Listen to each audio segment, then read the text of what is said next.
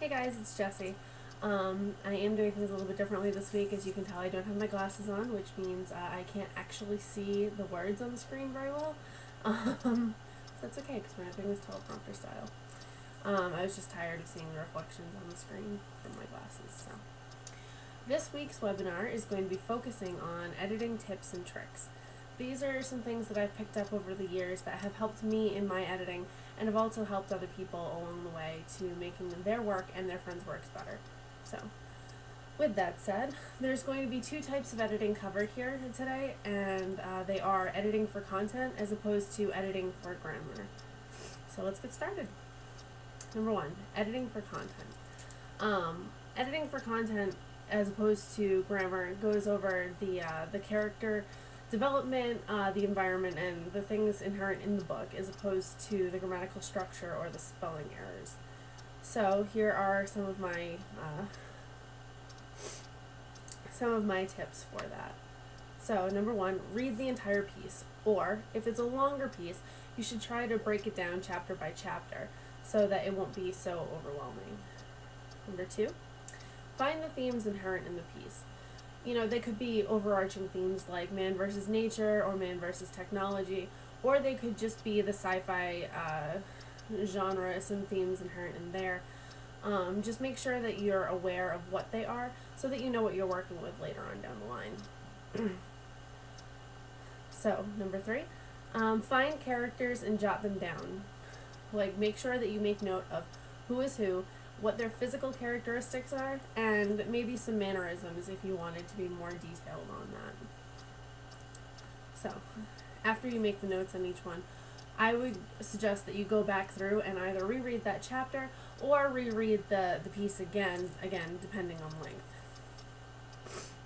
So, when you're going through the second time, we're going to be taking a more detailed approach to the content of the piece.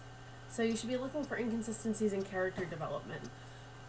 Whether or not it's a physical difference, where the author decided that the character was going to wear contacts one day, or whether it's something more emotionally out of touch. You have to keep your mind open for these things. When you point out things like this to your author, they may have immediate reasons for them, which is fantastic. And that means that they just need to either explain them better or they need to make them more nuanced so that the character will seem more like it has more depth, or that it's a more alive kind of character as opposed to 2D, flat secondary character. Alright, so with that said, moving on, you are going to be looking for number 6, inconsistencies in environment, setting, or anything of the like. Okay, so here's the thing. When you're going over an entire work, understand that character development happens, and so does world development. The world is not going to be the same as it was from day one. However, if all of a sudden your sky is purple and the sky was blue yesterday, you might want to ask why.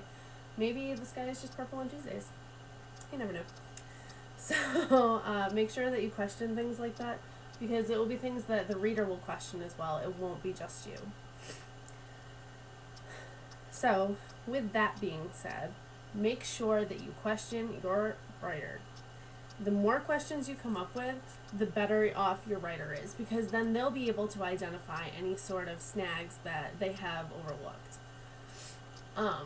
With all of this being said, you have to understand that it really does take another person in order to be able to edit your work, because you're used to seeing all of these things in your work and you know what they are, and even if there's a blank spot or a perceived blank spot in your work, your mind fills it in, and it's not uncommon for you to just gloss over things that you think are obvious.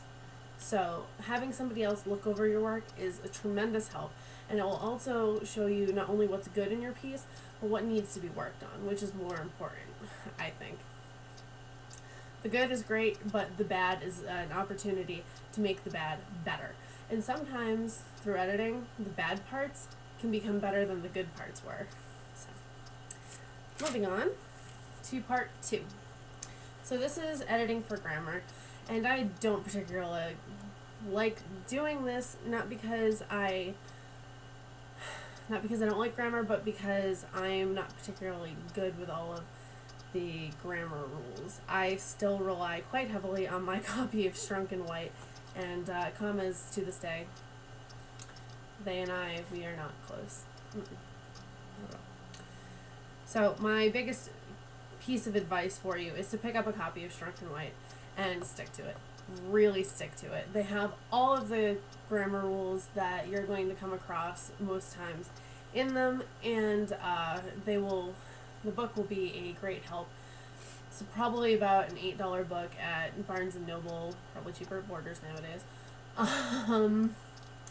And it will be a great help to you and to your friends, should you let them borrow it at any point. Mine's so full of highlighter marks and post-it sticky notes that nobody else might be able to understand it at this point.